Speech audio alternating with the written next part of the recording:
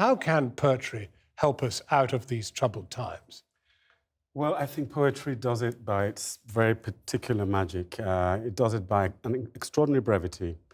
And the thing about political speeches and editorials is that they have to build up a lot of layers of persuasion. Poetry can just go straight to the truth of things with extraordinary brevity and with great rhythmic beauty. So it moves the heart as well as the mind at the same time. But what is extraordinary about your book, which is, after all, addressing today's current problems, is that you've got people like Wordsworth, you've got Shelley, you've got all sorts of people. You've also got, of course, Bob Marley and others. Yes. But how can old poets help us out today?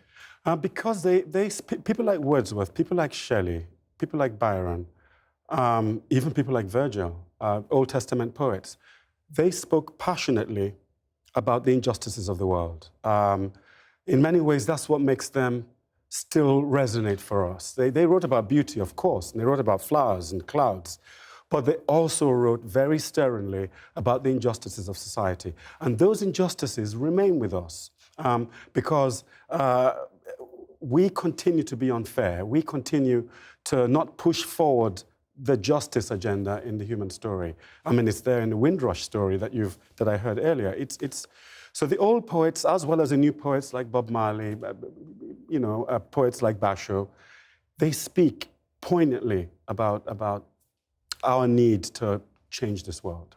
I mean, the very title, Rise Like Lions. Rise Like Lions. Are you actually urging us to rise like lions? Oh, absolutely. And will poetry assist us to do so? Absolutely. It's from Shelley. It's from Shelley's The Mask of Anarchy. And he says, rise like lions from your slumber. And he ends by saying, you are many, they are few. And poetry, yes, does urge you to rise like lions, not only in terms of the political sense, but also as individuals. We should rise to our lionness as citizens in this world, because if we don't do it as citizens, then the powers that be, the politicians, the people who create injustices or don't help it come about, they are not shaken by our voices. So how do we deal with Bob Marley, who, after all, didn't actually speak poetry, he sang it? Oh, he sang beautiful poetry. Give an example, and tell me how it applies. Well, shall I read it from Bob Marley or shall I read it from Rainer Maria Rilke?